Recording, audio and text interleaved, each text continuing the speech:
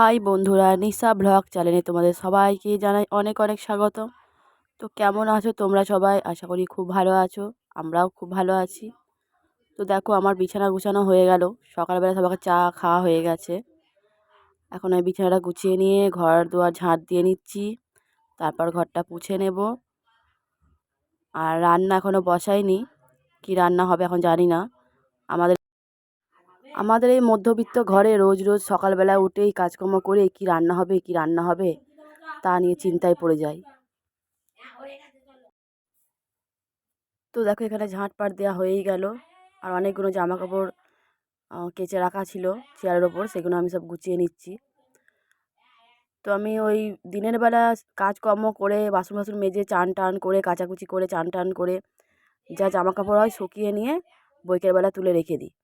সেগুলো আবার ওই পরের দিন পরের দিন সকালবেলা সব গুছিয়ে নিই। কারণ চান টান করে না আমার আর কিচ্ছু করতে ভালো লাগে না। চানই তো করি কত বেলায়। সব ঘরের কাজকর্ম রান্না বান্না গুছিয়ে করে সবাইকে খাইয়ে দাইয়ে ছেলেকে খাইয়ে ছেলেকে ঘুম পাড়িয়ে তারপর চান করি। চান টান করে একটু রেস্ট নিই। আর সব কাজই করে গুছিয়ে নিই, সব কিছু কাজ পড়ে থাকে না। আর চান করার পর না মনে হয় না আর কিছু করি। তাই আমি রেখে দিই, যা করি করি আর পরের যা বাকি থাকে পরের দিন আবার করি। আর রাত্রে তো অবশ্যই খাওয়া দাওয়া ঝামেলা সব কিছু আছেই, তার মধ্যে একটু। তো দেখো, ওদিকে আমার সব কাজ হয়েই গেছে, সকালবেলায় সব কাজ হয়ে গেছে। তার মধ্যে আবার বিছানা গুছালাম, একটু ঝাড় দিয়ে দিলাম ওই জন্যে। তারপরে এই ভাবলাম একটু আলমারিটা গুছিয়ে নিই। আলমারিটা না ওই ষষ্ঠীর দিন থেকে একদম সব জড়ো হয়ে আছে, কিচ্ছু গোছানো হয়নি। এই দেখো, তোমরা দেখলেই বুঝতে পারবে আলমারিটা কী অবস্থা হয়ে আছে। অনেক দিন আলমারিটা গোছানো হয়নি। আর গোছাবো কি, গোছানোর পরেও জাম হয়ে যায় ছেলেগুলোর জন্য। তো এই দেখো, আমার মা যে নাইটিটা দিয়েছে বলছিলাম, তোমাদের দেখানো হয়নি, তো নাইটিটা দেখিয়ে দিলাম। নাইটিটা খুব ভালো হয়েছে, খুব পছন্দ আমার। তো ওটাও এখানে রাখা ছিল। আর শাশুড়িকে শাড়ি দিয়েছিল ননদ, সেটাও এখানে রাখা ছিল, সেটাও ভরে দিলাম। তো তারপরে এদেরকে এখানে গুছিয়ে নিচ্ছি আলমারিটা। তো ওই যা বলছিলাম, গুছাবো কি, মেয়ে হলে তাও গুছিয়ে গাছিয়ে রাখতো। আর ছেলেরা না একদম অগোছালাই করে দেয়, গুছাতে তো পারেই না।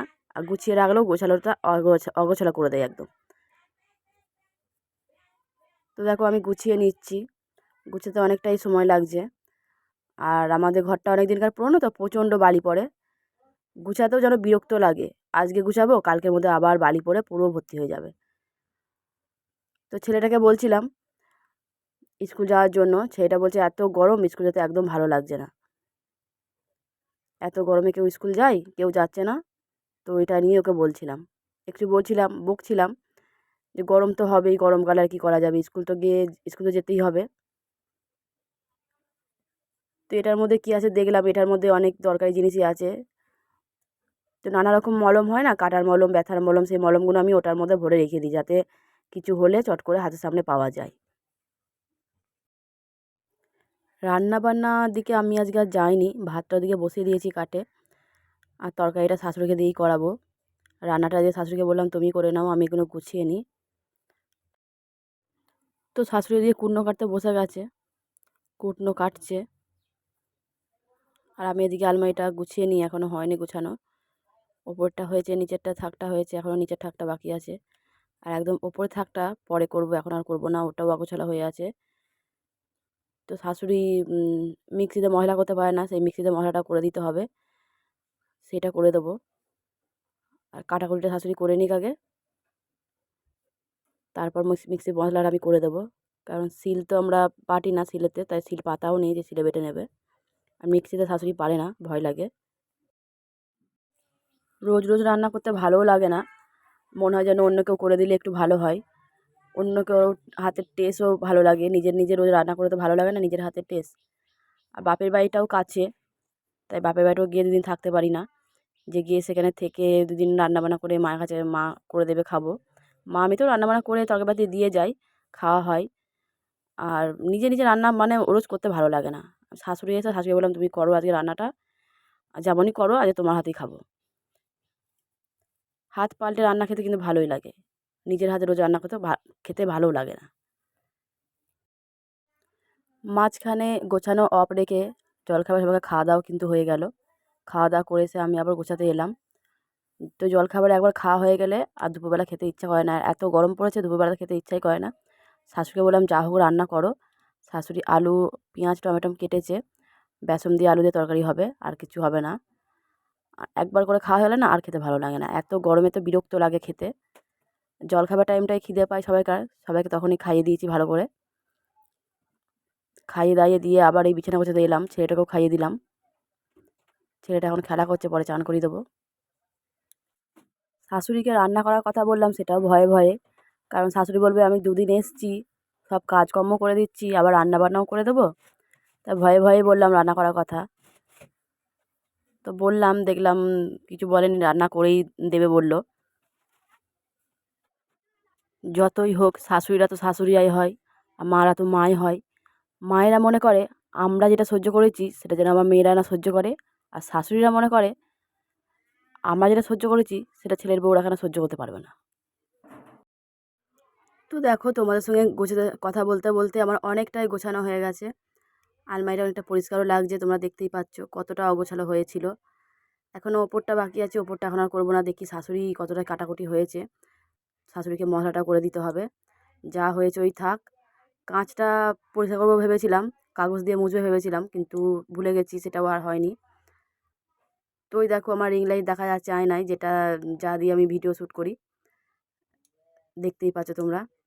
আয়নার সামনে রাখা আছে, আর ওই যে শাশুড়ি আয়নায় দেখা যাচ্ছে কুটনো কাটছে বসে বসে কত। তো যারা আগে থেকে আমার ভিডিও দেখো তারা খুব ভালো করে জানো আমি কীভাবে ভিডিও শ্যুট করতাম। এখন অনেক কষ্ট করে এটা কিনেছি, এখন এটা দিয়েই করি। আছে, মনে হয় আমার ছেলেই রেখে দিয়েছে।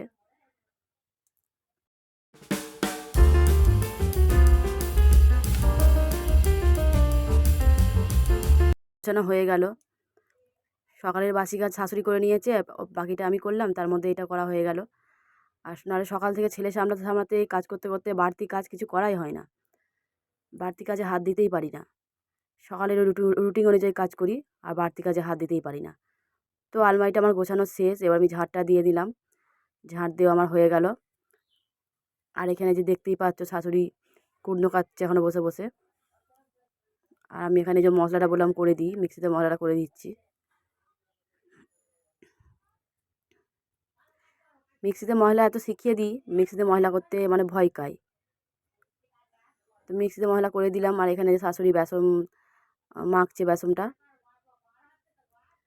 বেসনে বড়া করে তরকারি হবে টমটম দিয়ে আলু দিয়ে।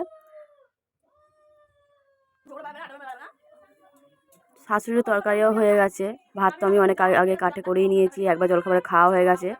আর এখন অনেকটাই বেলা, শাশুড়ি তরকারিটা করছে।